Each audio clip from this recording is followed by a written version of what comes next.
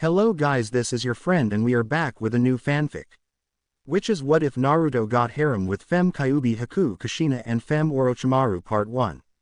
And if you enjoy this fanfic then please press the like button and subscribe to my channel for more fanfic like this. And now start the fanfic. Wrath. Wrath has been seen as many things, an uncontrollable rage, a sin, and a feeling that many have lost themselves to, but that is not true. Wrath is a feeling that has been misunderstood. Wrath is something that is in everything. Many have been taught by elders to control their wrath and never let it out, but that is not always a good thing. Wrath is not something that unleashes itself for little things, it always requires a trigger. For some, that trigger may be seeing a loved one in danger, for others it may be protecting yourself to ensure your survival, but the rare few have a trigger that is activated by the mistreatment they receive from those around them. A young boy, very young, is going to be among the latter because of an event that he had no control over. And he is going to use his wrath to do something that the village he lives in has never done, protect the weak and the poor. This is where our story begins. Midnight. Thuck, thuck, thuck. The sound of wood being struck hard and repeatedly by something. One may assume that it was the same material, others would contradict and say that metal was being used, but those who were of the fighting world knew what that sound was. It was the sound of determination to be recognized, to never be seen as weak again, to achieve the power needed to reach one's goals and dreams. It was the sound of flesh and bone striking wood. If one focused enough they would be able to hear more than just flesh striking wood, they would hear bones break, sweat dripping, and the heavy panting that is proof of several hours worth of training. The flesh being stressed for such long periods of time that it has begun to peel away and reveal the flesh that lies underneath the dead skin. And yet, they continue to strike, the wood that has been made smooth because of all the hours and strikes put in. The only other sounds would be the painful groans that also reveal great determination that covers most of the pain. Where were those sounds coming from? They were coming from a section that is known as the Forest of Death that lies in the village known as Konohagakure, or the village hidden in the leaves. One may be surprised to find what was making those sounds. Normally, one would expect to find a trained fighter, a cold-blooded killer, or a merciless slaughterer. However, the sounds were coming from none of those, instead they were coming from a young boy no older than the age of 10. The young boy had spiky sun-kissed hair with red streaks that was matted down with sweat and looked more red than yellow because of what looked like splotches of blood. The rest was tied in a ponytail that reaches to the middle of his back using a small black rope. The young boy had dazzling blue eyes that were filled with life, and yet, also depicted horror and tragedy along with abuse and neglect. Some unique features he has are the 3 whisker marks on each cheek and the slightly elongated fangs that peeked from underneath his lips. It was as if he had gained the traits of a feline. Or a fox. He had such a well-built body despite his age, having an 8-pack and muscles that not only showed strength but speed as well. His fists were wrapped in bandages all the way to the middle of his forearm. A thick stain of blood could be seen around the knuckle region and progressively growing with each strike upon the wood. A pair of black hakama pants were what covered his body from the waist down, and the right leg of the pants were torn from the end of the shin. Wrapped around his right leg were bandages that those too had splotches of blood. Laying on the ground nearby was a black, hooded, sleeveless jacket that had red marks traveling down the back and torso, and red fur lined the hood. He was unrelenting in his continued strikes upon the massive tree that lied in the forest that had dents and cracks that revealed the power behind his strikes. His strikes seemed to hold no form but were instead a mix of fighting styles from the old times such as Muay Thai, Judo, Taekwondo, and Kyokushin karate, and many other forms of fighting, as well as the modern fighting style of the Goken. And yet, despite all of these fighting styles mixed together, he was able to incorporate these move sets to flow fluently like a stream of water. And could deal a great, if not deadly, amount of damage to an opponent. Left roundhouse kick, flying roundhouse kick, straight right, left knee strike, left cross, right knee strike, right elbow strike. Each strike incorporated with another move, and this move comes from a different fighting style. Each strike also dealt a considerable amount of damage to the trunk that was originally as thick as a grown Akamichi's arm when using their Bubenbaiken no Jutsu, but now the tree looked to be straining against its own weight due to now being half as thick from all of the strikes that have been done to it. The boy could feel it. He felt as his bones were broken down and then healing back together, his flesh tearing itself apart and then stitching back together, and his wounds opening and closing back. No ordinary human should be able to do this. Even an average ninja would be unable to heal this fast, unless there was someone who was regenerating those wounds for them. Each strike brought pain and progress into his body. However, no matter what agony his body felt, no matter how many times his muscles pleaded for him to stop, he just kept on going like it was all that mattered and would go against what he stood for. He had been doing this for so long that it was as if the pain had been numbed from being registered in his brain. He had learned to endure the pain, both physically and emotionally, anyways. It was even before he had begun his training a few years past. Those memories were the fuel that fed his undying desire to get stronger and no longer be seen as weak ever again. Flashback. Way back, the horrendous sound of flesh meeting wood in a gruesome display echoed throughout the alleyway. A sudden bone-chilling scream of an anguish-induced child followed next. It was heartbreaking to hear, but not to those who were of the cold heart. The sound continued in a horrendous unorthodox pattern, and the cries seemed to greaten with each contact. Please, no more. The whimpering was so heartbreaking to hear. It was the whimpering of a child that had gone through the inferno and back.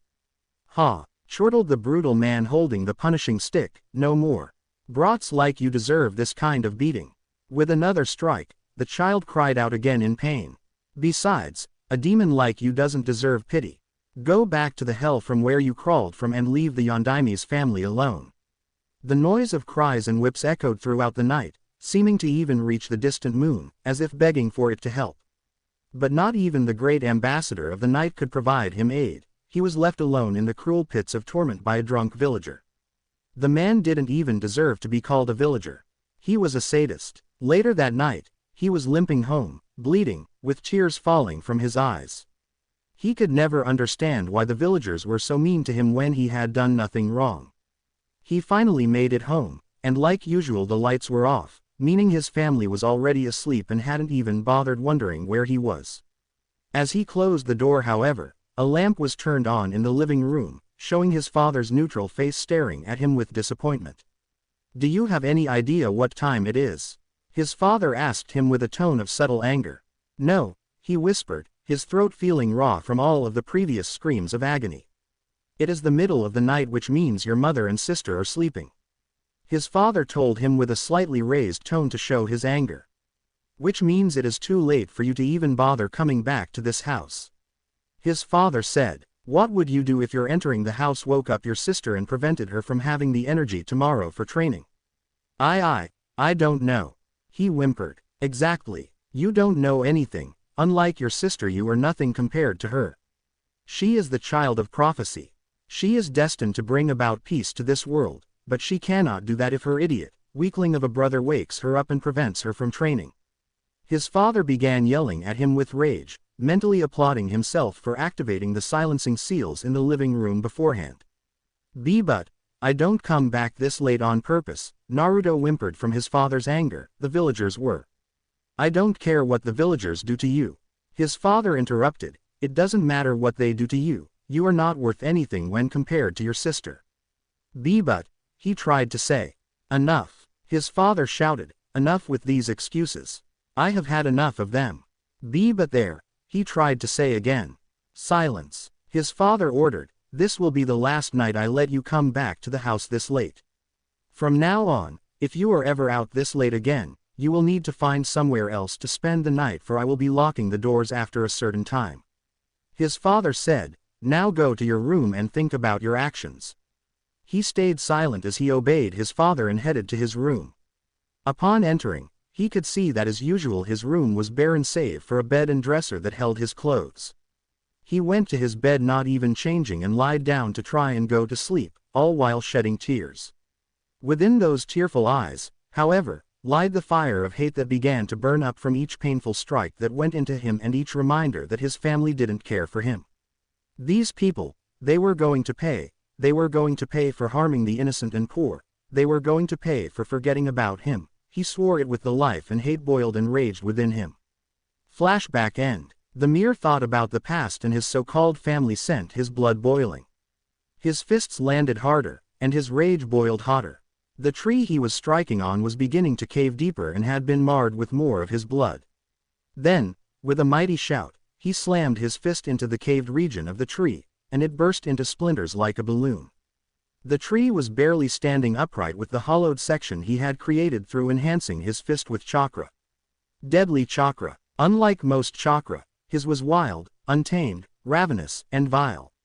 Whatever it struck, it was shown no mercy. Whatever got in its way, whether for pride, arrogance, or foolishness, it was beaten to point of near death. The tree was used for not only training, but for equipment in which the blonde had learned to craft through wit and gathered knowledge. That was the reason why it, and soon like its predecessors, it will be beaten to a pulp. BWACK. With one last solid kick, the tree was cut down. Thud. Followed by a large thud. Thud. And another thud, albeit softer than the last. The blonde looked at the sky with willpower and determination that contradicted his afflicted features. No matter how much the pain, he always healed up thanks to the very reason why he was hated, the kyuubi no yoko, in which resided in him. Being a Jinchuriki had its benefits just as it had its flaws. He took advantage of this and trained until every bone broke or every muscle tore. Much alike a green spandex-wearing Junin and his soon-to-be genin. Random training ground in Konoha. A certain green spandex-wearing, youth-shouting Junin sneezed. It seems as though there is a fellow martial artist that is training just as hard as me. What a youthful spirit, shouted said spandex-wearing Junin. I just died a little writing that sentence. Twitching eyebrow can be seen. Random bedroom in a random house in Konoha. A certain future spandex-wearing, youth-shouting duplicate sneezed in her sleep. Back to the forest, he was going to show them all, the reason why they should never have tested and forgotten Uzumaki Naruto. Time skip. When Naruto woke up, he was unsurprised to see the sky as dazzling as it was when the sun shone down onto the earth, and down on him. Every bit of his body ached, but he was used to the pain and in pushing, no rocketing himself beyond his limits. This time, however, he couldn't move a muscle. It was as if his nerves were so numb they weren't listening to the orders his brain was giving him. He remembered Kurami, the kyuubi no yoko's name, often trying to get him to take longer breaks or more frequent breaks, but the blonde never listened and only continued to push himself. Only after a few months that voice vanished, and he couldn't remember the last time he passed out. It was only up until now. As he closed his eyes and allowed his mind to go blank, he never sensed the pair of light brown, pupil-less eyes staring at him curiously with a tinge of pink on their cheeks, from seeing his shirtless body, in the trees above before leaving to report her findings to the boy's mother and sister. Mindscape. When he opened his eyes once again, the visage of his mindscape was revealed. The mindscape reflected the mental capability and emotional aspect of a person, and what Naruto saw was a beautiful array of mountains that stood tall across an everlasting sea of trees, and the wide reaches of plains that ended at the sandy shores of a beach. The mountain he stood on was akin to the Rocky Mountains, tall, fresh, and yet it had greenery sprouting all along the mountain like spring with the snowy patches of winter. He remembered such beauty hidden behind his mind. He expected it to bloom brightly just like his strength. You always push yourself too far like the idiot you are, huh?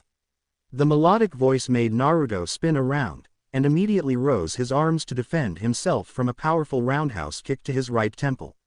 The force was powerful enough to make him skid back a couple yards before he could stop himself. When he brought his arms down, he looked and narrowed his eyes. It was a girl about his age. Unlike Naruto's toned and masculine body, the girl had a petite frame with slim abs and a soft, light skin tone. Her face was shaped softly and flawlessly like a glass figurine, possessing soft lips and beautiful crimson eyes to follow. Her hair was as red as the color blood, cut short with an out-of-bed look with a strand sticking out and framing their face and in between their eyes in which these locks and bangs barely touched the nose. She wore a pair of red kung fu pants with tattered ends similar to Naruto's and a red sleeveless kipao-style blouse with black trimmings and fastenings. Two things that stood out the most. Firstly, girl had fox ears on the top of her head, and secondly, she had 9 ferocious orange to black tails whiplashing behind her. Think a young Rias Grimori with Tenten's style of dressing. Kurami, Naruto said in a low voice with his eyes sharper than the finest sword in all the elemental nations. Naruto had a question readied, but Kurami answered it before he could ask. All actions have their consequences, Naruto-kun. said Kurumi softly, betraying the deadly look in her eyes. You ignored my advice and lost control of yourself and pushed your mind and body to its limit. What that caused was the weakening of the seal, and lo and behold, I'm here. As a matter of fact, I should thank you for doing what you've done. If it weren't for you pushing yourself so far from your limit, I wouldn't have tasted freedom for so many years. The personified Biju smiled, revealing her small fangs jutting from the underside of her lips. Now then, let me show you my gratitude. Zoom. Naruto's eyes widened up before he sidestepped just in the nick of time before Kurumi could connect a palm strike with his torso. Kurumi, despite normally being such a huge Biju, knew how to fight using martial arts. If it was anyone else, Kurumi would have already killed them with that single palm strike by how fast and strong it was courtesy to her Biju status. The red-streaked blonde got into a stance of the left foot forward, right foot back, body turned slightly to the right, with his left arm in front of him ready to strike and his right arm kept close to his body while being bent vertical from the elbow down. You want to get strong, right Naruto-kun? Smiled Kurumi before going into a stance. It was just like Naruto's stance. Well then, let me help you with that. The battle had begun, with Kurumi and Naruto looking like they were both on even ends. However, Naruto was clearly being worn down by Kurumi, who didn't even look tired. In fact, she was smiling both in amusement and interest as Naruto countered and dodged her blows. It was as expected from her host. Powerful, daring, calculative, handsome, Naruto was much better than being the buffoon of a host he was before. As much as Kurumi desired to be free again, staying with Naruto might not be as bad she thought. Naruto back-flipped to dodge Kurumi's sweeping kick. Once he landed, he aimed for a roundhouse kick to the head which Kurumi caught immediately. Naruto, with his reactions being sharper than ever, used his other leg to perform a backflip kick aimed for Kurumi's chin. The personified Biju let go of Naruto's and avoided the kick by flawlessly leaning back. When Naruto landed, they exchanged blows once again, with each blow wearing out a fighter. As time passed, however, that fighter wasn't Kurumi. Naruto, despite his bones creaking, shot out with an elbow strike, only for it to be sidestepped before he received a palm strike to his abdomen. The blow was so strong that it forced air out of the red-streaked blonde's mouth and made him hunch forward. Quickly, the personified Kyuubi no Yoko took Naruto down by placing her right leg behind her host's leg and pulling her own leg back while also pushing forward using his forehead. Down went Naruto with a loud thud. Kurumi pinned him down by straddling his lap while using her tails to hold down Naruto's wrists and ankles. The red-streaked blonde realized that he was pinned and wouldn't be able to move unless his captor wishes it. In the past, it had been man to win against the Biju, but now it had been the Biju who had won against man. This is what happens when you push yourself too far, Naruto-kun, whispered Kurumi with her head down and eyes being shadowed by her hair. A frown on her face replaced the smile that lied her face earlier as she stroked Naruto's bleeding cheek. The frown growing as she felt the warm liquid on her fingertips.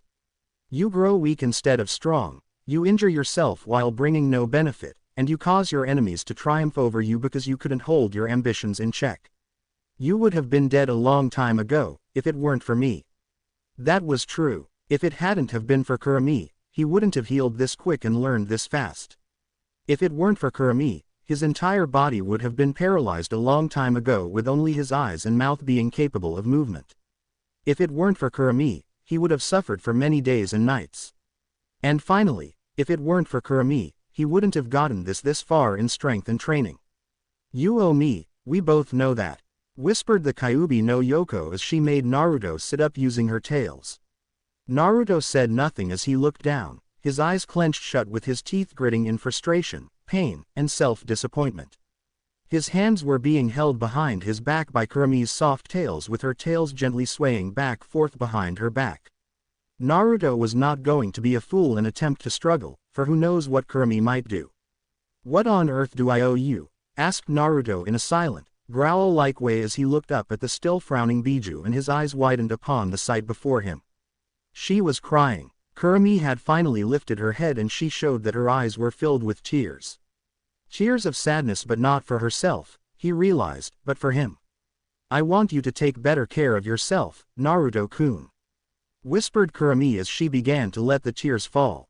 I want you to take it easier after heavy amounts of training. Take days off of training to relax and recuperate. I want you to be stronger but not at the risk of killing yourself. She slowly raised her voice until she was yelling.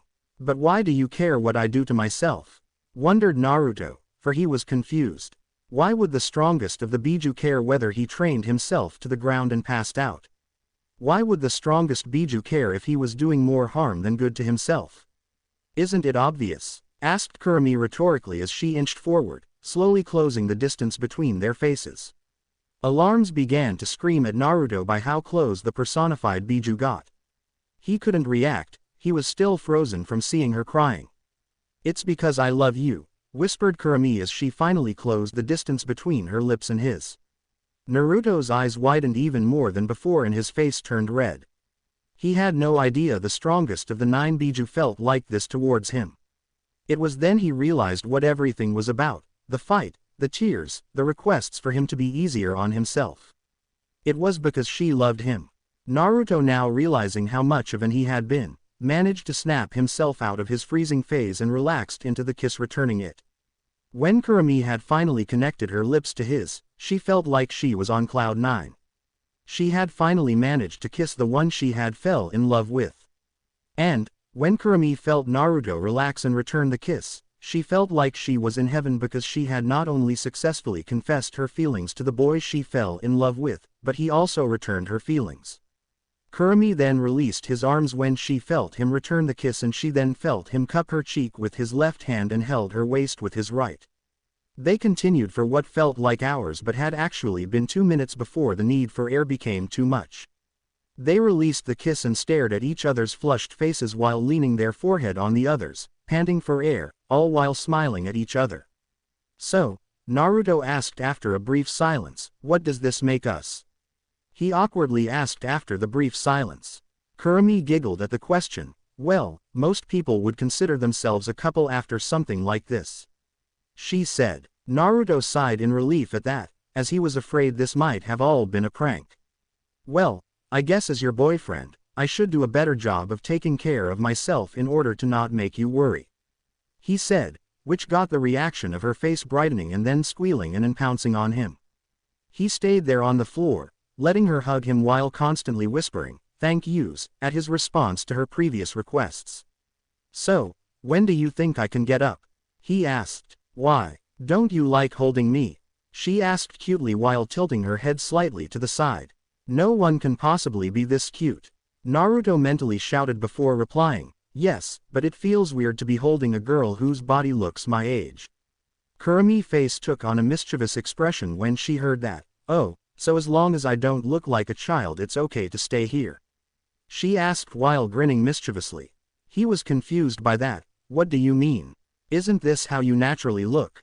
He asked, confused by what she meant by that. It was now Kurumi's turn to laugh. Silly Naruto-kun, she said, with a teasing tone that made Naruto worry, all while beginning to stand up. You didn't honestly think this is what I really look like, did you?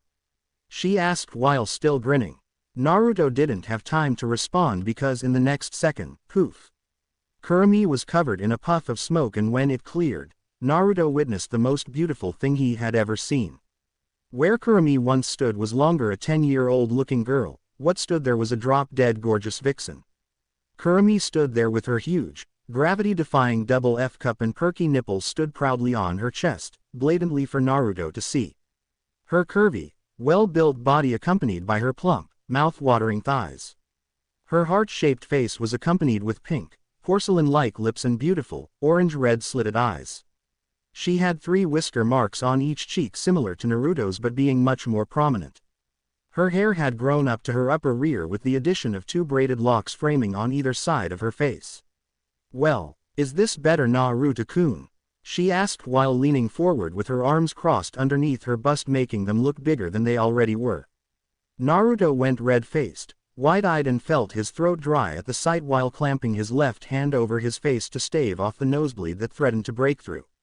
I mean, why you? Naruto stuttered while still staring at Kurumi's body.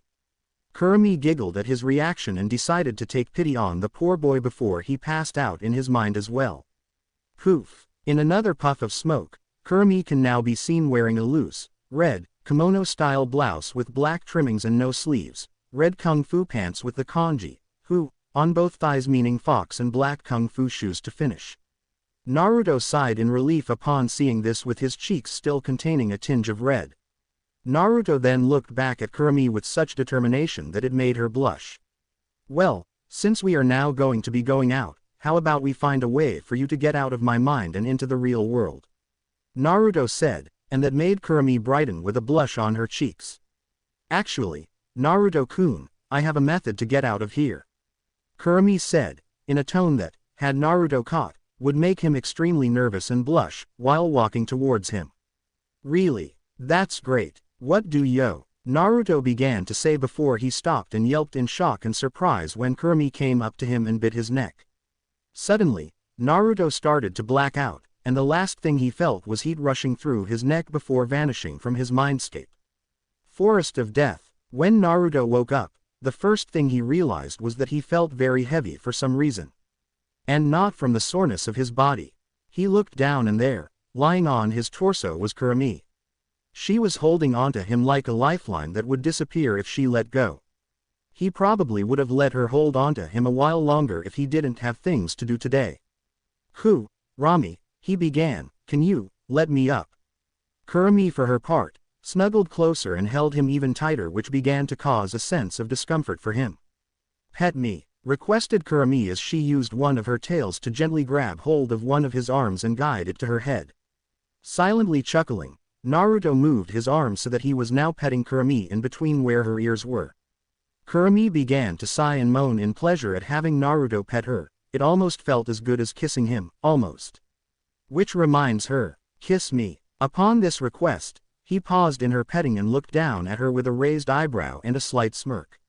She felt this and looked back at him with a big smile on her face, with an expectant look in her eyes. Seeing this look, he chuckled again, then cupped her chin using between his thumb and index finger, tilted her up, and softly kissed her on the lips. Which she was more than happy to return. After their kiss, she let him get up while also getting up herself. Once the red-streaked blonde got up, he began to pop and crack his bones. The way they crunched was immensely satisfying as it briefly and quickly took away all of the stress from the previous day's workout. When Naruto cracked his neck to the side, he remembered when Kurumi bit him on his neck. He instinctively touched his neck and found the bite mark. When he found the mark, he instinctively began to rub it, which got a chuckle out of Kurumi. Kurumi, Naruto began. Kurumi answered, showing he had her attention. Why exactly did you bite me? Naruto asked. To get out of the seal silly. Kurumi answered with a childlike innocence that seemed to add to her appeal. I know that, but if what's simply pushing your chakra through, then you could have simply held onto me and done it like that. Naruto said, still confused on the need for the bite. Oh, Kurumi exclaimed in understanding of what he was asking, well, that's easy. I marked you as my mate. She replied again with childlike innocence. Naruto whirled around in surprise, mate. Naruto exclaimed, well, yeah, foxes don't having boyfriends and girlfriends. We have mates. Kurumi explained, giggling at his surprised, wide-eyed expression. Doesn't that basically mean we're married now? Naruto asked, now beginning to calm down. Yup, exclaimed Kurumi, but we're not, officially, married until you mark me too. Kurumi further explained, while turning around and walking as if conducting a lecture. Naruto raised an eyebrow and smirked at this information, really? Naruto asked, beginning to come up behind Kurumi without her knowledge. Yup, and that is done by you biting my neck as well. But don't worry, I don't expect you to do that right now. Kurumi continued explaining until she turned around and bite. Naruto surprised her by biting her neck as well, by using his elongated fangs that he got by channeling chakra into them. Oh, Kurumi moaned in surprise and pleasure at the feeling of Naruto biting her neck. Once Naruto let go, he grinned at her with his signature fox grin. Well, Naruto exclaimed, looks like we are now, officially, married. Kurumi could only blush at this, so shocked by the turn of events. While Naruto looked around for his jacket that was somewhere in the area, Kurumi was having some thoughts about this turn of events. Did he just, ooh, and then he just grinned like it was something simple and easy. I want him. I want him bad. And with mating season coming soon, I'll most likely drain him dry unless I get some relief before mating season. As Kurumi thought the last part, she turned to look at Naruto, who had finally found his jacket and currently dusting it off. He better give me some relief even if we don't go all the way, or else I'll jump him and have my way with him. While this was happening, neither Naruto nor Kurumi had any knowledge of a creature watching the two. This creature looked like a spider, but not just any old spider. This spider looked to be made of gold while looking mechanical instead of organic. It had 8 blue eyes that looked on in curiosity. Its body seemed to have a flowing wind design. It seemed to be looking at both Kurumi and Naruto, but if one paid attention, they would see it as solely staring at Naruto.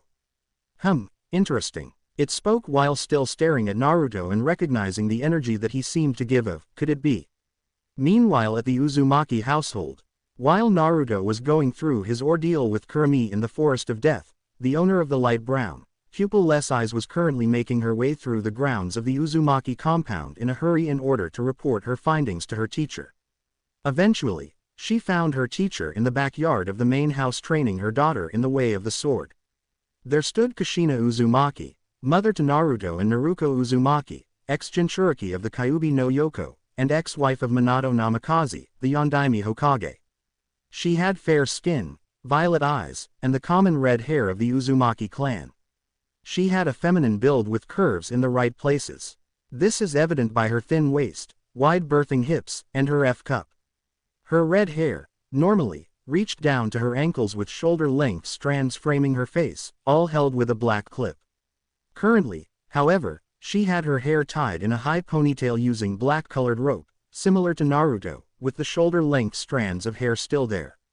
She was currently wearing black shinobi sandals, black form-fitting pants, with her ninja pouches on her left thigh and behind her right hip. She had on the standard Konoha Junin flak jacket, while underneath, she had a black short-sleeved shirt that was over a black mesh shirt. On her right arm were the 2 headbands for Konoha and Uzushiogakure that she normally wears. All of this shows that she's back on active duty of being a Konoha ninja. Currently, Kushina was training Naruto in her homeland's sword style, the whirlpool style, and was having great success. Naruto took to the sword just like her mother, and Kushina couldn't be any prouder. But then, while she was taking pride in her daughter, she remembered that she still did not know where her son was ever since she left Minato and the Namikaze estate. Flashback. The very same night that Naruto was told he will be locked out from now on, his mother, Kushina, had heard him come in and went to go see why he had come back so late. But then she heard her husband Minato talking and yelling at Naruto, and she was distraught at what she heard. She has always thought that family comes before anything, and when she met Minato, she had thought she found someone who she could be happy with and have a family with. But when she heard all of what was said, she quickly and quietly went back to bed, and pretended to be asleep when her husband came into the room. She heard grumbling in disdain about how Naruto was a weakling and would never amount to his younger sister Naruko, who was a couple minutes younger than Naruto. She couldn't believe that the man she had fell in love with could be so heartless to her child. And to say they will have to find shelter outside if they couldn't get home quick enough was appalling to her. The next morning, she went to Naruto's room to talk to him and make sure he was okay, but when she got there, she was so frightened by what she found, she began to tear up.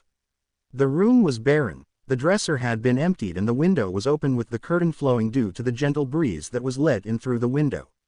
When she saw this, she screamed. This got the attention of her daughter and husband. They both went to see what was wrong, and when they saw why she screamed and was currently crying, they each had different reactions. Naruko began to cry alongside Kushina while holding her.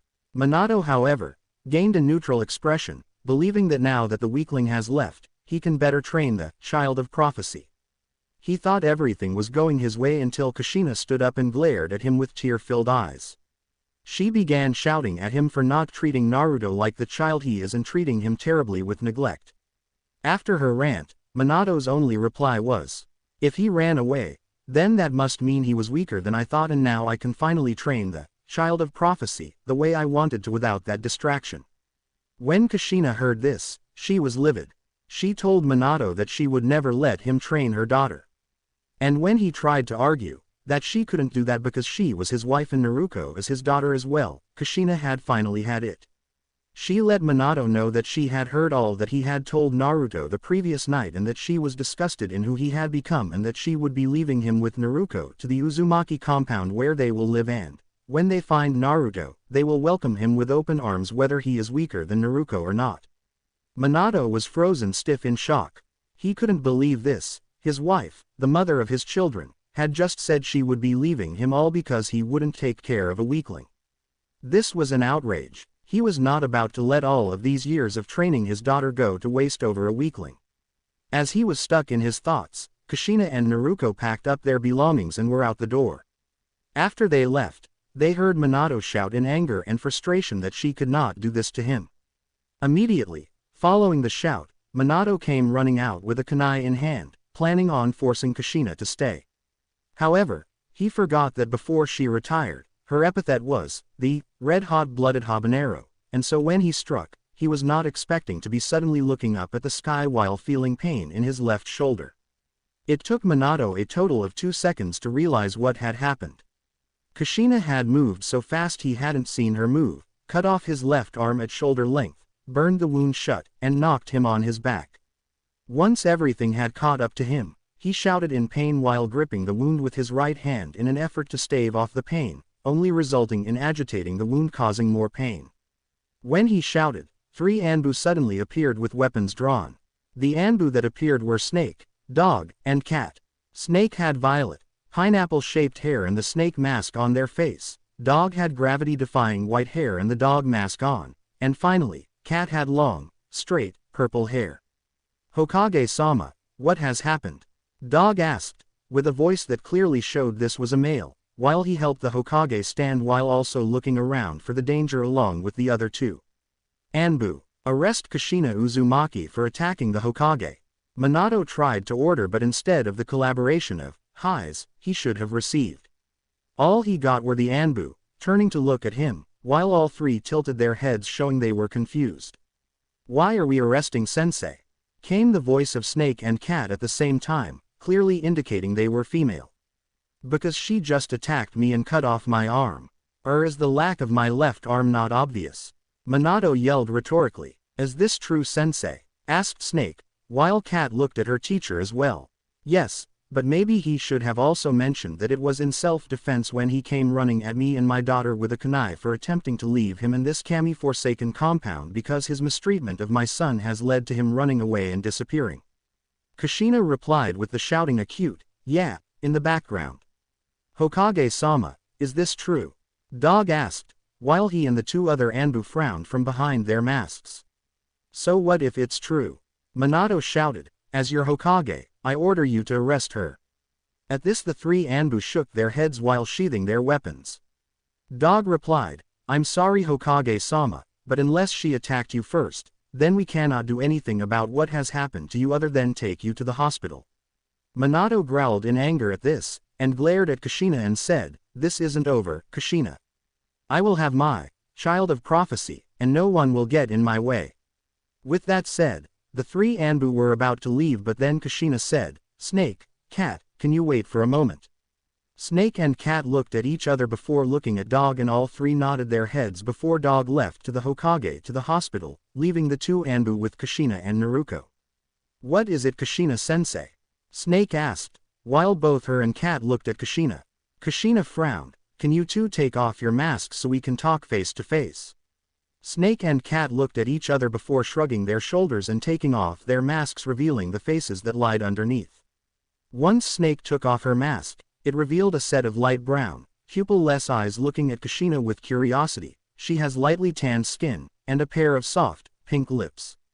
This is Anko Mitarashi, former apprentice of Sanin Orochimaru, and former student of Kushina Uzumaki. When Cat took off her mask, it revealed a pair of brown eyes filled with curiosity that were focused on Kushina, fair skin, and soft red lips. This is Yugao Azuki, a fellow former student of Kushina Uzumaki. So, what can we help you with? Asked Yugao, as she was curious because normally Kushina would talk to them and ignore them leaving their masks on. This could only mean she was serious and needed a personal favor. I need both of you to help me find my son, Naruto, begged Kushina, with eyes filled with tears and motherly love while on her knees. I will pay you and anyone you get to help you. Just please help me find my son. Anko and Yugao were surprised. They, in all the time they knew Kushina, had never seen her on her knees or crying for that matter. And the tone that she was speaking to them with was so heart-wrenching that they felt they were about to begin tearing up. They both moved to Kushina and held her, comforting her, with Naruto coming over to help comfort her mother as well. Don't worry about money, Kushina-sensei, said Anko. We will find him for you and make sure you are reunited with him. Yeah, agreed Yugao softly, we'll find him and bring him back to you. No, exclaimed Kushina, surprising the two kunoichi. No, I don't want you to bring him back. I have faith that we will meet again in the future and that he will come home.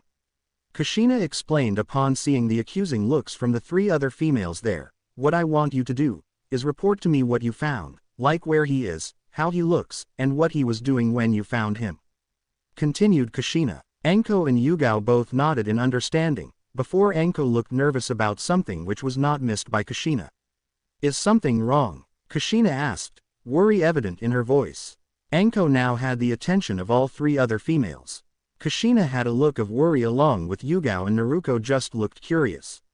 What if, started Anko, when we find him, he's dead?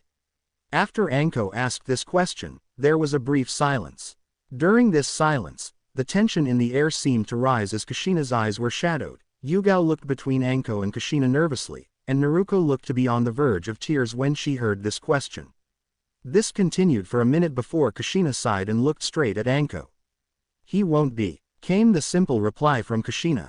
Well, started Anko, how can you be so sure? Because, Kushina answered, now looking up and revealing eyes with pure determination and faith. He is my son, and if he's anything like me, then he will fight and survive. Kushina replied, with total faith that her son will be alive and well when he is found.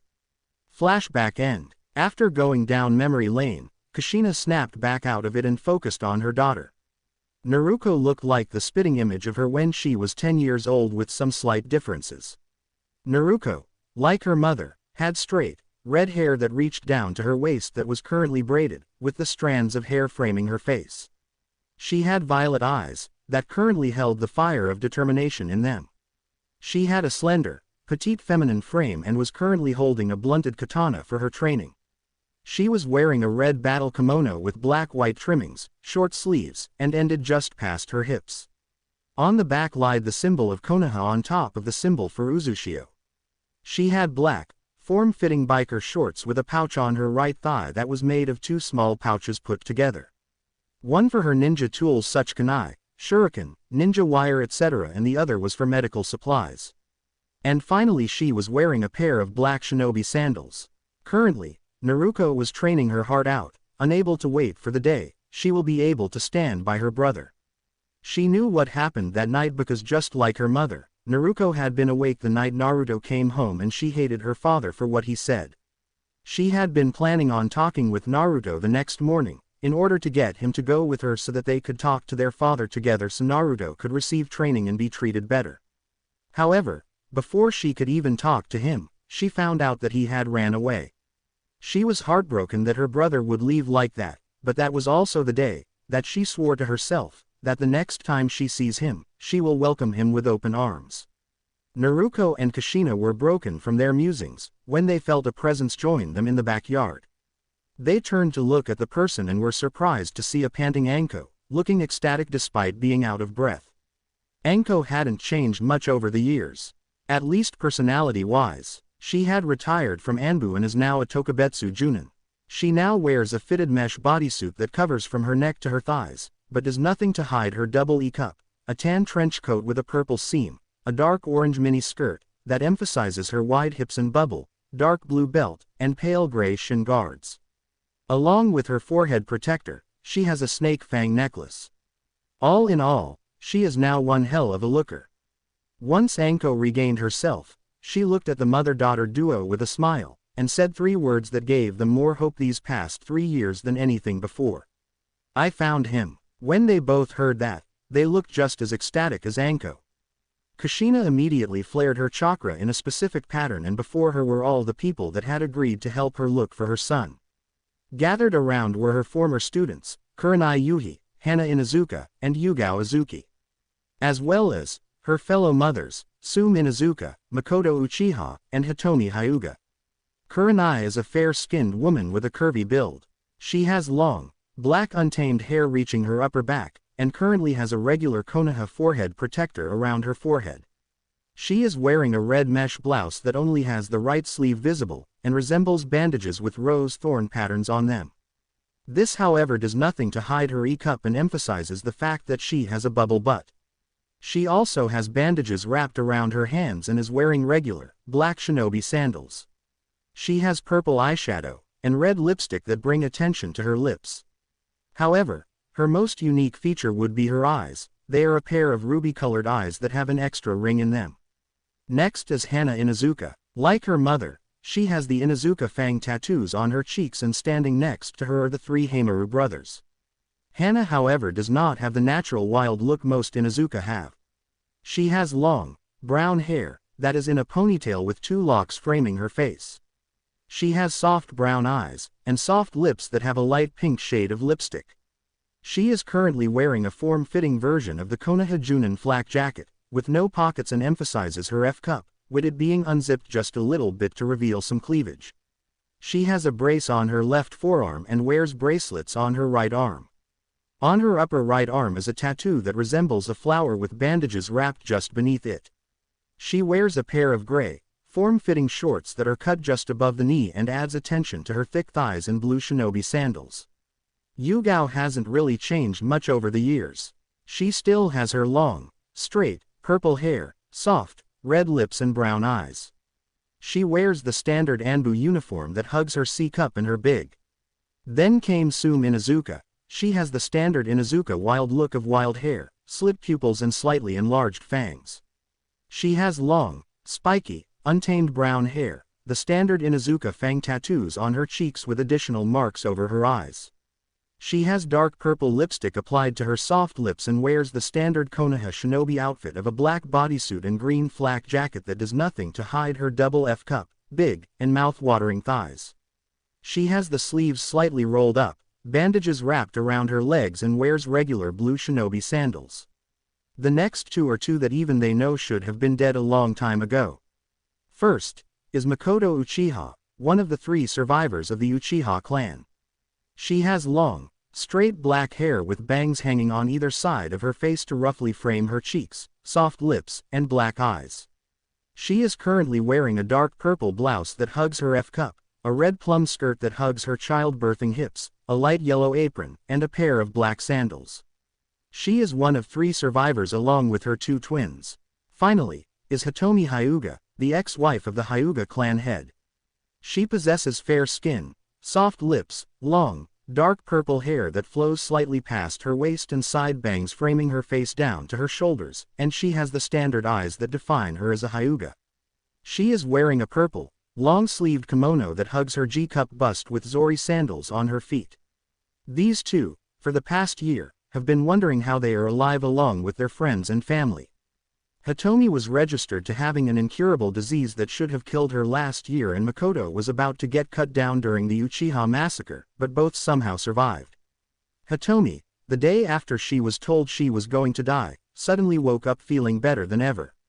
As for Makoto, during the Uchiha massacre, where her eldest son, Itachi Uchiha, slaughtered their entire clan, she was about to be struck down, when suddenly she found herself in the training grounds of her clan's compound.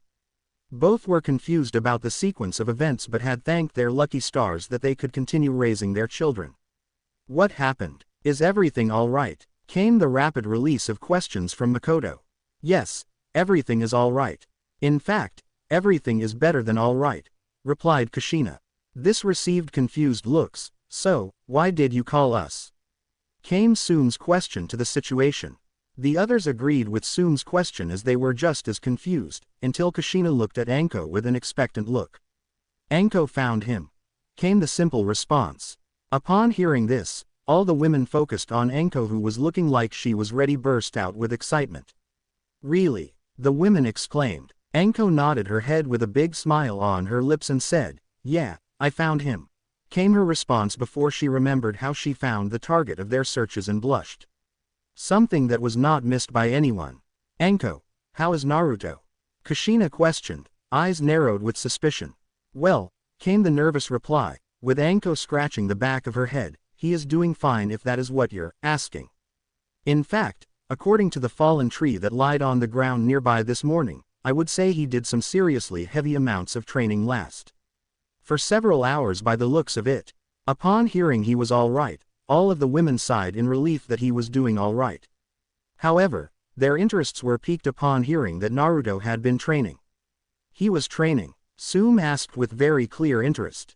Anko nodded her head and replied, "Yup.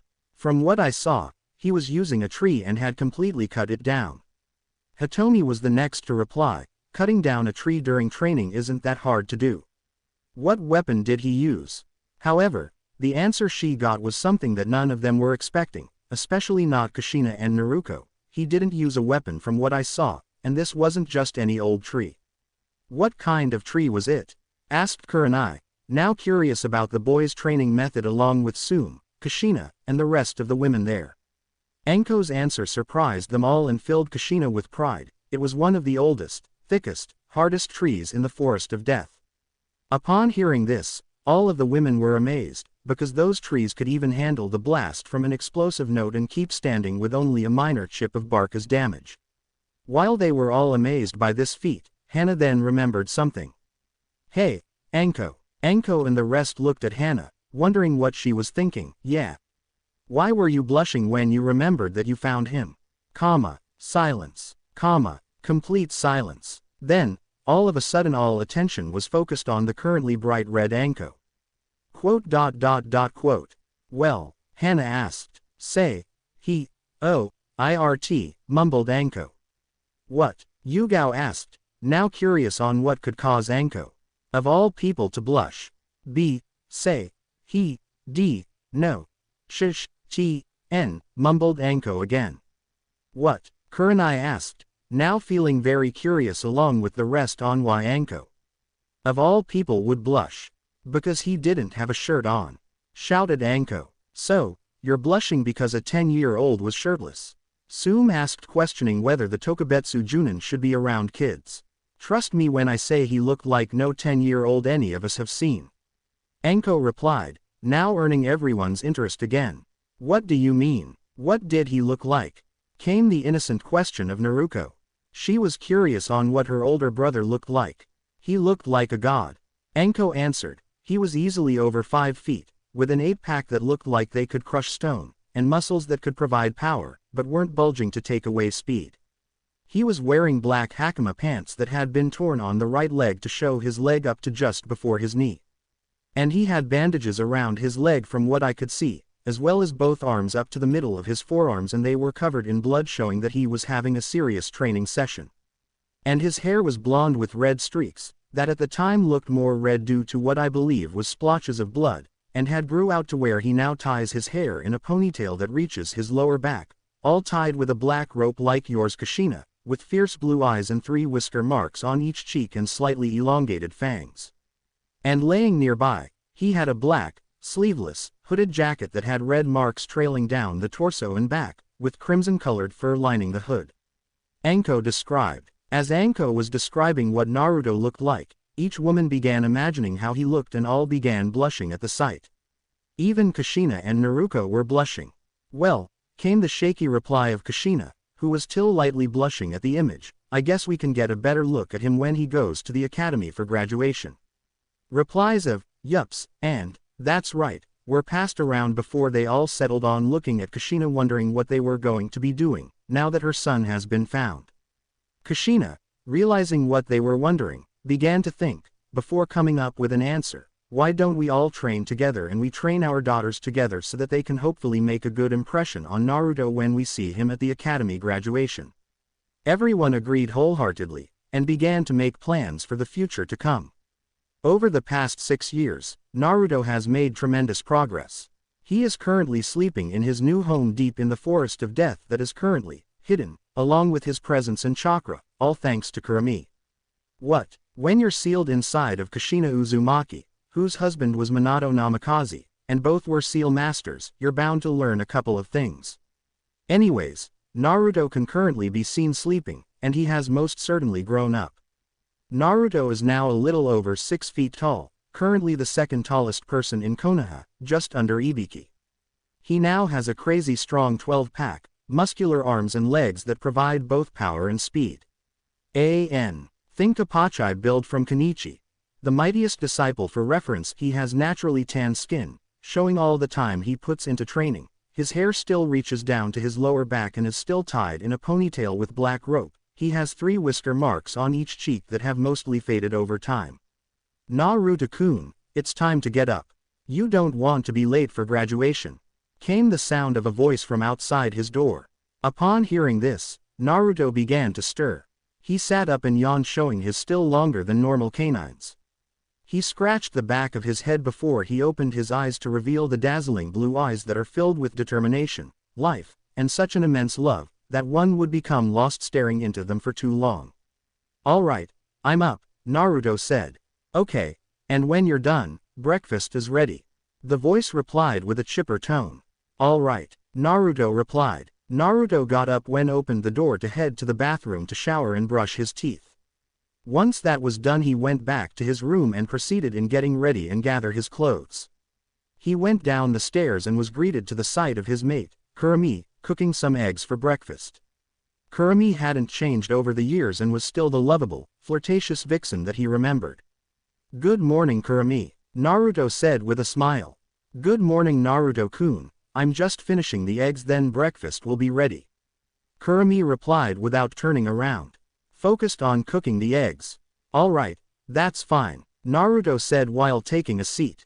After breakfast, Kurumi tilted her head to the side and asked, "So, are you ready for today?"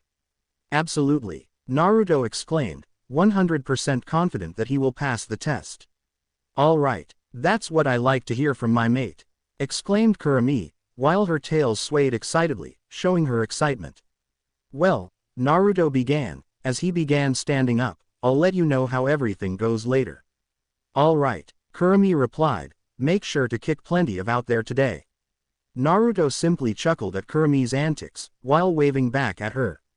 Time skip. At the academy, parents could be seen everywhere waiting excitedly for when their children come out with their headbands showing they passed and are now ninja.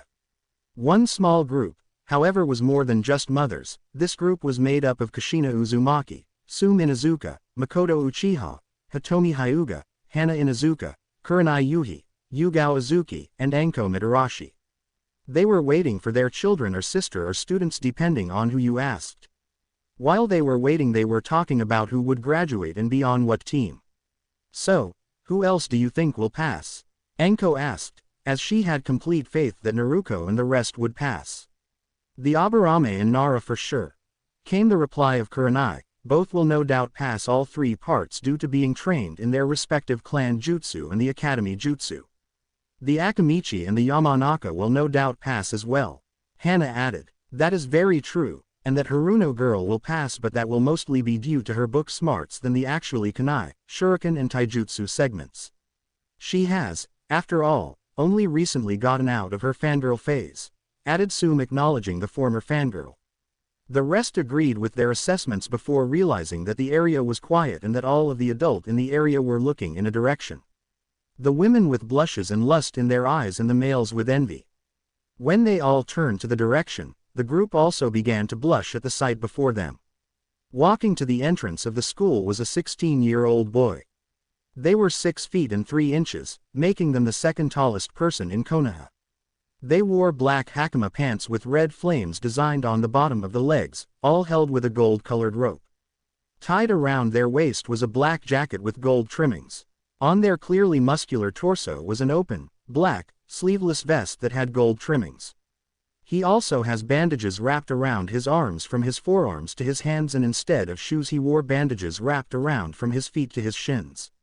He had blonde spiky hair with red streaks, all tied in a ponytail with a black rope and reach his lower back with several bangs framing his face.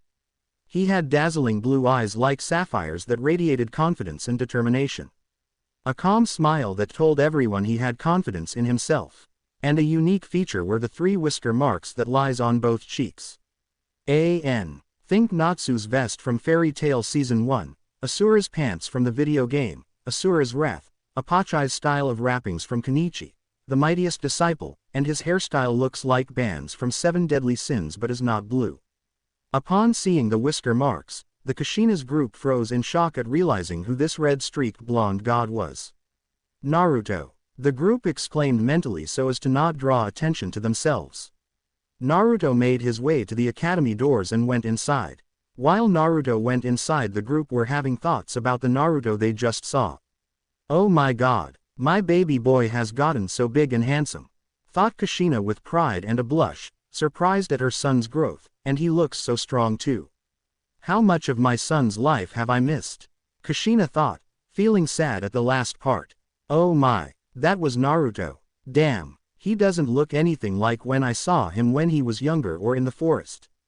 Thought Anko, surprised by how much Naruto changed from when she would rescue him from the villagers and when she saw him in the forest 6 years ago. I wonder how big he down there. Anko thought pervertedly with a blush. Geez, what did that kid eat for breakfast for all these years? Rocks, mentally exclaimed Sume, and that was Naruto. Damn, and that feeling when he passed by felt like that of grade A alpha material. Sume thought with a blush when she focused on when he passed by. Wait, what's that feeling? Sume began thinking as she looked down and realized she was wet. What the hell, I'm wet by him just passing by. And he wasn't even doing anything. Realized Sume with her blush getting darker, once she saw she had a darker spot by her nether regions. Wait, how's Hana? Sume thought worriedly before looking at her daughter and saw the state she was in. Currently, Hana had a massive blush on her face and had fallen to her knees, quivering at the feeling of such a strong alpha passing by, while still staring at the academy doors with dazed eyes. Holy! Exclaimed Sume in surprise at realizing that her daughter had just entered pseudo heat by Naruto just passing by. I have to take her home so she can get a hold of herself or else she may just jump his bones when we all go talk to him. Sume planned, before looking down at herself again and thinking, me too actually. While Sume was planning on handling her daughter and herself, Hana was going through her own issues. Alpha, must, mate, with, Alpha, Hana thought robotically, wait. What am I thinking? I can't just mate him.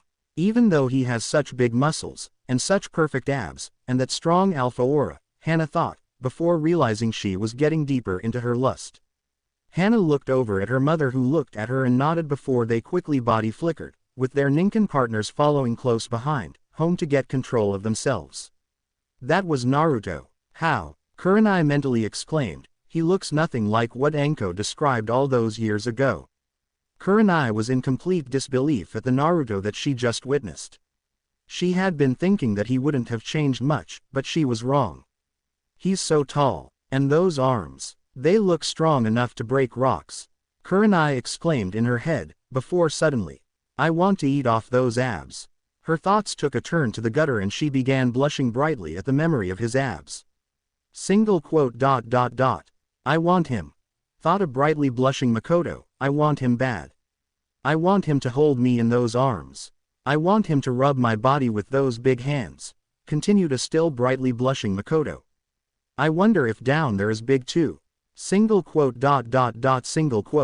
Hitomi's mind was completely blank as she was blushing up a storm, except for one thought, big. For you see, Hitomi used her Byakugan when Naruto was walking by and got a glimpse of his so-called little friend. Only thing was, it wasn't so little. Come on, we all know that they would use it to check out people through their clothes. I want to rub those abs, thought Yugao, I want to rub them, lick them, and eat off of them. Yeah, her mind's gone. Inside classroom. The classroom was filled with some light, but excited chatter. All the students were grouped together with their friends talking to each other. But, one group had the attention of everyone else. This group was made up of all the clan heirs save for one people. Within this group, however, were 5 people who were known as the next generation of Ice Queens. Those people are known as Naruko Uzumaki, Yakumo Kurama, Hinata Hyuga, Satsuki Uchiha, and Kira Inuzuka. These 5 were inseparable ever since they were kids and all began training together. Naruko had changed over the years. She still had her straight, long red hair, only currently it wasn't in a ponytail and instead was held in a braid over her shoulder. She had soft pink lips, violet eyes that held strength and kindness in them. She was wearing a bigger, sleeveless version of her old battle kimono, only now it hugged her now D-cup. She wore black form-fitting pants with her dual pouch still on her right thigh and had black shinobi sandals. She earned the title of Red-Headed Ice Queen because of her beauty and always turning down dates. A new addition to her outfit was the katana that currently were tied to her hip. It was approximately 30 inches in length with the blade portion being approximately 23.5 inches long. The guard on the sword was bronze and in the shape of a dragon. The sheath had a dragon design as well. It has a red-colored sheath with a gold dragon. The grip is white with the actual wrapping around the handle being red. Hanging from the pommel tied with a string was a metal flower charm. However, it was not always like this and had in fact been just a small orb of metal until it was in Naruko's hands. That was when it changed into the sword it is now. That had always been a strange occurrence for Naruko and her mother. The sword had just one day arrived on their door and with a note that read, for the daughter to reforge the connection to the lost son. Until Naruko had actually grabbed the sword and it changed, they had been stumped on what the note meant. But now, they definitely knew who the lost son was and they would reconnect with him. They even planned that if he didn't have a teacher, they would teach him in order to spend time with him. As the class was talking about random things since most of it was civilians, the Shinobi clan group were talking about the distinct possibility of a certain red-streaked blonde making an appearance. "So what do you guys think?" asked Choji Akamichi. Choji has a rotund build and swirl markings on his cheeks similar to the rest of his clan. He currently has a red suit with plates armor on his torso, arms and upper legs while having the kanji for food on the front shoku while also wearing stud earrings in his ears. "I doubt that loser will be here, if he is even still alive," came the arrogant voice of Sasuke Uchiha, older twin brother of Satsuki Uchiha. Sasuke has black hair with a blue tiny shaped like a duck's butt and black eyes. He is wearing dark blue pants, over which hangs a blue cloth that covers him from his stomach to his knees, which he secures with a gray rope and black shinobi sandals. Covering his torso is a gray zippered, high-collar, short-sleeved shirt with blue wrist warmers. "Shut up, Sasuke," came the reply from his twin sister, Satsuki Uchiha. Satsuki looks almost exactly like her brother with some differences. She has the same color hair and eyes but her hair is styled in a ponytail with some hair sticking out in the front, and she has soft, pink lips. She was wearing a black battle kimono similar to Naruko's but was black with white trimmings instead. She has black anbu pants on and black shinobi sandals, all of which do nothing to hide her impressive D-cup or shapely rear. Like Naruko, she also has a sword. It is a black chikudo with no guard. "No one here wants to listen to you go on your little power trip," continued Satsuki, "and besides, Naruko and her mom still believe he is alive, so if there is a chance, don't crush people's hope with your superiority complex." Sasuke glared at Satsuki. "It is not a complex when you know that some nobody who ran away from their clan and was weak when they did is probably still weak," growled Sasuke arrogantly. "Whatever floats your boat," Satsuki said, while rolling her. Before she then focused on her friend Hinata who looked like she was holding out on something. "What's got you looking so nervous, Hinata? Don't you think we'll pass and that Naruto will show up?" Satsuki questioned, which quickly got all attention on her. Hinata Hyuga is the clan heiress for the Hyuga clan. She has dark blue hair cut in a Harem style reaching her lower back and shoulder-length strands framing her face. She has the traditional white eyes of the Hyuga clan with a lavender tinted to them. She wears a loose-fitting, lavender and cream hooded jacket with lavender cuffs over mesh armor that shows her well-developed G-cup. She also wears navy blue pants and black, low-heeled sandals. Hinata, upon noticing all attention was on her, from her group, blushed red. "Well, I know Naruto is alive because he helped me out a few years ago and I saw him leave the V village then come back again during the past 6 years." Hinata said, thinking about the time they were kids and he protected her from the bullies, whilst only slightly stuttering. "What?" The group exclaimed somewhat quietly so as to not draw attention to themselves and leave the other conversations alone. What do you mean he left the village and came back? Asked Kira Inuzuka and Ino Yamanaka at the same time. Kira Inuzuka was the clan heiress of the Inuzuka clan only because her sister didn't want to. She has the traditional wild Inuzuka look with wild hair and slit pupils and the traditional fang tattoos on each cheek. She has thick brown hair that goes down to her upper rear, enlarged canines that jut out slightly from underneath her lips. She wears a zipped-up, hooded, sleeveless tan coat with dark brown fur lining the hood that hugs her D-cup. Black fingerless gloves that have dark brown fur also lining the wrist. Black shinobi sandals, and black, form-fitting short shorts with her ninja pouch behind her waist under her coat, and sitting next to her is her ninkin partner Orochimaru, who is a big white furred dog. For image of Kiba, look up Naruto Kiba gender bent, and look for the image that has a green background with white hearts and says Kiba in a red heart and Shino in a green heart, and that is the version I am using. Ino Yamanaka is the clan heiress of the Yamanaka clan. She has fair skin, light blue-green eyes, and platinum blonde hair that she wears in a ponytail that goes down to her waist and has bangs that cover the right half of her face with a red clip. She wears a short, sleeveless purple shirt that exposes her midriff and hugs her E-cup. She wears a purple skirt and mesh armor on her thighs, elbows and knees, with black shinobi sandals and stud earrings. Just look up her regular Shippuden outfit along with everyone else with some minor changes due to timing. I am mean, he left the village 3 years ago, and he came back last week. Hinata said. So that's what you meant, said Naruto, and you say he came back last week. Hinata nodded her head before suddenly blushing bright red. Regular Hinata level blush minus the fainting, that will come later. Why are you blushing, Hinata? Asked Sakura. Sakura Haruno is the daughter of a civilian councilman, however, she, along with her mother, don't share her father's views on Naruto and her family. Sakura has fair skin, short pink hair held with a white ribbon, and emerald green eyes. She wears a red sleeveless red top with white seam, that hugs against her E-cup bust. Black gloves, gray elbow protectors, low heel, knee-high boots, and black shorts that hug her impressive as underneath a short gray apron skirt.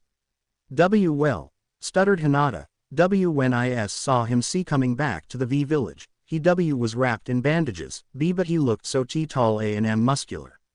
Hinata stuttered all while looking like her head was about to burst from all of the blood being pumped to it. Seriously? Yakumo asked incredulously. I mean, I know it's been years since you saw him and most of us don't know him except for old pictures, but I don't think he could change that much, said Yakumo. Before anyone could reply, Uruka Yumino walked in, and everyone quieted down. Well, it's nice to see I don't have to say anything to get you brats to shut up anymore, Uruka said while having a teasing smile which made everyone lightly blush in embarrassment.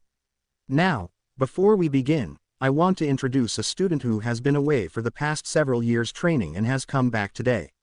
Everyone began wondering and whispering with their neighbor on who this mysterious person was, until Uruka raised his hand and everyone stopped and paid attention. Now, I know you're all curious about who this person is, so I will just let him in now, alright? Said Uruka, before he went to open the door. Once the door was opened, they all saw who it was, and the girls began blushing, and drooling with hearts in their eyes, while the guys all glared with jealousy about the red-streaked blonde that just walked in. He went to the front of the class and said with a calm smile, "Hello, everyone. My name is Naruto Uzumaki and I am going to be graduating with all of you." Before anyone could react, Naruto was tackled into a hug by a certain redhead. "It's you. It's really you," cried Naruto all while still hugging her older brother who now towered over her and the rest of the class. This scene of the red-headed ice queen, hugging and crying over a stranger, shocked everyone and caused all the guys to get even more jealous at the fact that she was displaying affection to person. Naruto for his part was surprised at this reaction before he suddenly looked confused. He started awkwardly, "Who are you?" He asked curious of who this redhead was and awkwardly because of the sudden display of affection. Remember he was 7 when he left, and is now 16 and has not seen his sister since then. Naruto eeped, before she hurriedly let go while blushing. This caused further shock at the redhead blushing and making such a cute sound. Naruto calmed herself and stood up straight while looking him in the eyes with a smile and said, "It's me, Naruto.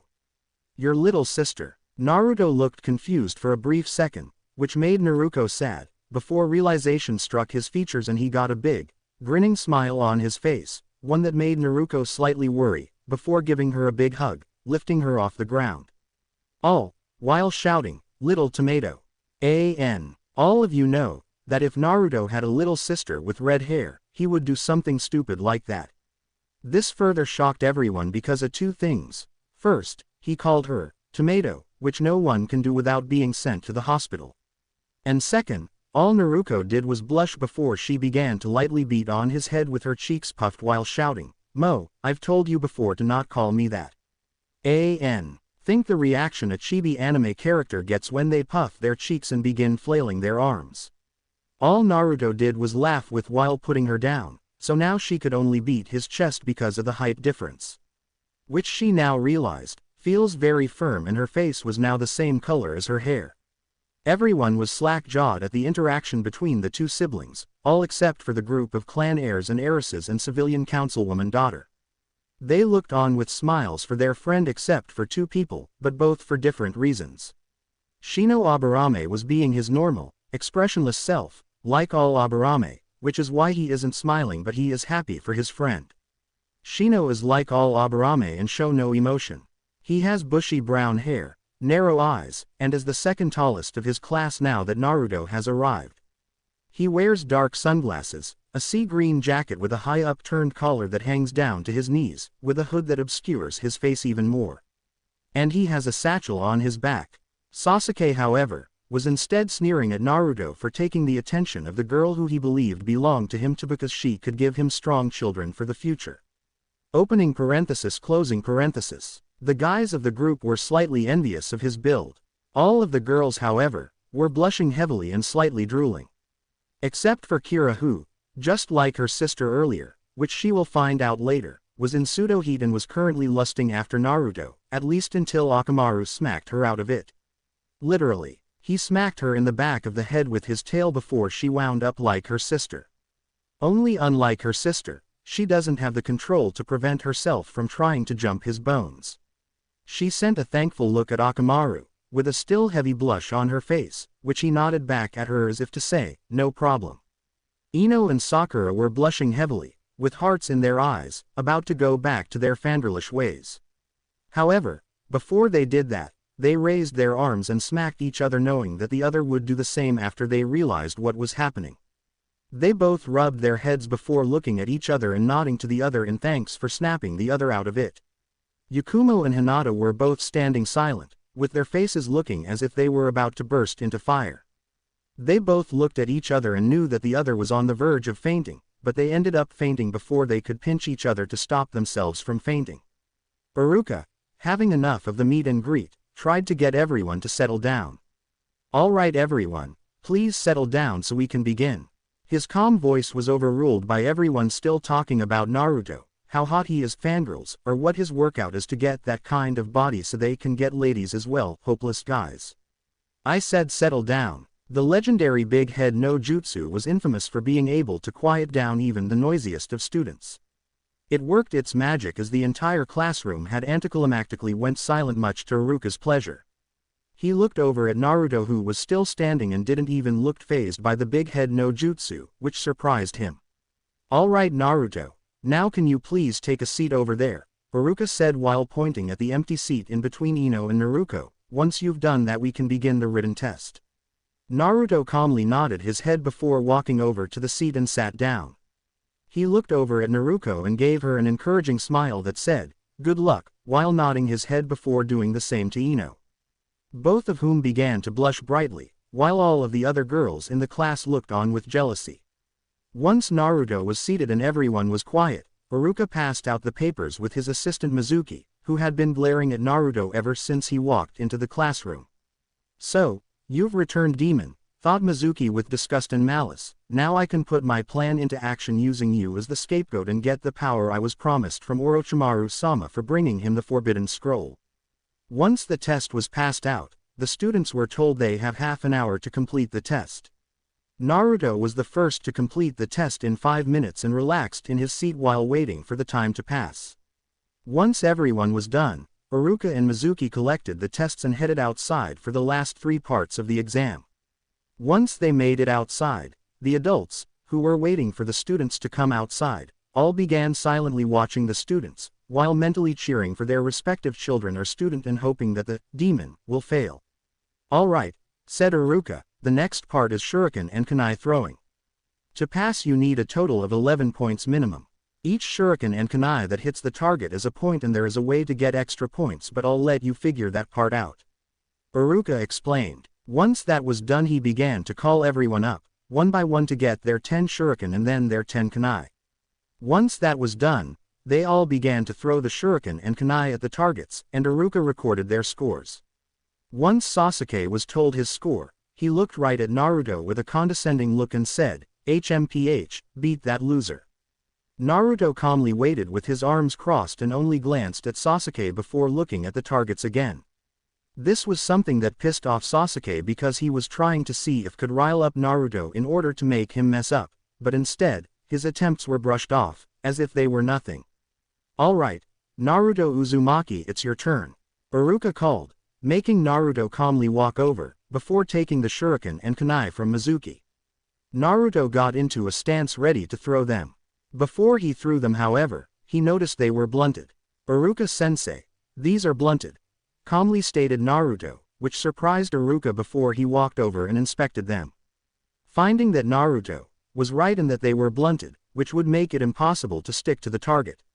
"Sorry about that, Naruto," apologized Iruka. "Give me those and I will lend you some of mine," Iruka offered. However, he and everyone watching was surprised when Naruto shook head and said, "No, it's fine. I just wanted to let you know." Alright, then if that's all, you can take your turn," Iruka said. Everyone watched as Naruto took his stance again. Naruto stood with his left foot forward, right foot back and knees bent. He had his right arm back with his hand bent in and his left arm curved in front of him. In his right hand were all of the shuriken and in his left hand were 9 of the kunai and the last was in his mouth. Everyone watched as Naruto suddenly flung his left arm back and right arm forward while at the same time throwing the shuriken. Even after he let the shuriken go, he didn't stop moving as he began to flip and jump all in place, all while still spinning. Everyone watched as he continued to let the kunai fly and then he back flipped and let the last kunai go flying. Once he landed, everyone looked at the training dummies and saw that not all of the shuriken and kunai struck the targets, but were buried halfway deep in the dummies. At first, everything was silent before all of the civilian parents, students, and Sasuke started laughing at Naruto, but the only ones who stayed silent were the ones with shinobi training in the crowd and Sakura, because they knew from either experience or reading Sakura that all the spots that Naruto hits were either instant kill or fatal wounds that would kill you within seconds or minutes without medical aid. Iruka looked at all of the students laughing, and then, "Shut up," Iruka shouted, using the big head no jutsu, as he was getting fed up with these civilians laughing when they didn't even hear the score. After everyone stopped laughing, and paid attention to Iruka, who still looked pissed that everyone was laughing when he hadn't even said the score yet. Iruka finally calmed down, and looked at Naruto with a calm yet proud smile. "Well, Naruto," began Iruka, "I have to say that was by far the most amazing display of agility I have seen in a while." "Thank you," said Naruto while nodding his head. "Now, before I give you your score, I have to ask," said Iruka, walking over to the training dummies that still had shuriken and kunai embedded in them. "Why did you throw all of the shuriken and kunai in these areas?" asked Iruka, generally curious on what Naruto's answer will be. Before Naruto could answer though, Sasuke arrogantly said, "Probably because he doesn't know what a target is and threw them at random." This caused a look of disappointment to cross Makoto's face, who was watching from the crowd, at her son's stupidity, and embarrassment to cross Satsuki's face at being related to such a damn dumbass. "Actually, Sasuke," began Naruto, "I threw them in those specific spots because every single one would have either been an instant kill upon impact, or a fatal wound that would cause death either within seconds, or minutes," calmly stated Naruto, who then looked at Sasuke with a disappointed look on his face and said, and the fact that you don't know that must mean you have done a piss-poor job at studying the human body for impact points that inflict the most damage. This caused everyone to look at Naruto in shock that he knew something and Sasuke didn't. Before anyone could say anything else, Iruka clapped his hands to gather everyone's attention again. Alright everyone, now that that is done, we can now move on to the taijutsu segment of the exam before we finish with the jutsu section. Iruka said, as everyone began walking towards the open grounds, before Naruto remembered something. Hey, Iruka-sensei, what was Naruto's score? Naruto asked, curious on what her brother's score was, which now had everyone wondering what his total was. Iruka for his part began sheepishly laughing while rubbing the back of his neck. Oh right. How silly of me, I forgot to put it up after all of that drama. Naruto Uzumaki's sad face plus 20 points. Shuriken. 10 out of 10, Kunai, 10 out of 10. Total score. 20 plus 20 points equals 40/20ths. When everyone saw that score, they went slack-jawed at never having seen such a score before. Everyone started staring at Naruto, who was still walking to the open training grounds when he felt people staring at him. He turned around to see everyone staring at him with dropped jaws, before he shrugged his shoulders and simply said, "What?" That snapped everyone out of it before they began moving to the training grounds for their taijutsu tests. Once everyone was there, Iruka explained how he would call a student. They will then stand across from Mizuki and get ready to fight. Once Iruka starts the fight, they will continue for either 5 minutes or until Mizuki is taken down. After the rules were explained, Mizuki went to his spot and waited for everyone to be called. As everyone was called up, they began their fights. The civilian students barely passed the 5 mark, whereas, the clan heirs and heiresses, along with Sakura, were able to knock down Mizuki. Then before anyone knew it, the only ones left were the Uchiha twins and the 2 Uzumaki children. Alright, next is Satsuki Uchiha, stated Iruka. Satsuki nodded and moved to stand across from Mizuki before she got into her clan's signature, Interceptor Fist, Taijutsu stance. Mizuki got ready as well, and when Iruka gave the signal, Mizuki charged at Satsuki, while Satsuki waited. Once Mizuki was within range, he launched a right hook at Satsuki which she blocked with her left arm and launched her right fist forward and landed a hit on his torso which sent Mizuki back a foot before she advanced and launched kick to his head that he blocked but was a distraction for another kick to his stomach which knocked him down to the ground and she pinned him. Alright Satsuki, well done. Congratulated Iruka. Your timing was perfect in waiting for Mizuki to make the opening move, which is beneficial to your clan's style, which requires patience and timing before blocking or dodging and counter-attacking. Iruka explained, which Satsuki listened to closely and then bowed while saying, "Thank you," and then she walked back over to the other students and sat down next to Naruto before sending her a look that said, "Beat that." Naruto saw the look and bristled before waiting patiently and anxiously for her turn. Next is Naruto Uzumaki, said Iruka. Naruto got up and walked over to stand across from Mizuki, before she got in her stance which had her standing with her left foot forward, right leg back, knees slightly bent, left arm crossed forward with her left elbow pointing in Mizuki's direction and her left hand open as if to perform a chop, and her right arm at her hip and her right hand closed into a fist. Once Iruka started the fight, she charged at Mizuki and launched a left roundhouse at his head, which he blocked using both arms but was not ready for her right leg that came up when she performed a backflip kick that landed on his chin as he was knocked down. She then proceeded to pin his arms behind his back with her knee before grabbing his chin and the crown of his head with her hands, effectively preventing any movement. Alright Naruto, excellent job, Iruka said, signaling Naruto to stand back up after letting go of Mizuki and look at Iruka. That was a very good job of taking your opponent's attention away and having it focus on a specific movement before using another move to take down your opponent. And the way you pinned him was one of the most effective pins, as it takes away the use of your opponent's arms and gives you the chance to easily snap his neck, which takes away any thoughts of attempting to escape. Thank you, Iruka-sensei, said Naruto, before she walked back to the students and looked at Satsuki with a smug look that made Satsuki bristle this time. Alright, Sasuke Uchiha, you're up. Sasuke simply hef it, before moving into position, also standing in his clan's taijutsu stance. Iruka started the match and Sasuke charged at Mizuki, who launched a kick at Sasuke's head but that was blocked and Sasuke then sent several punches towards Mizuki's torso, before tripping him, and pinning him. "Alright Sasuke, that's enough," said Iruka, causing Sasuke to look at him and then get up. "That was an excellent way of turning your family's interceptor fist into an offensive fighting style, but that was far too much aggression that was used in your advance.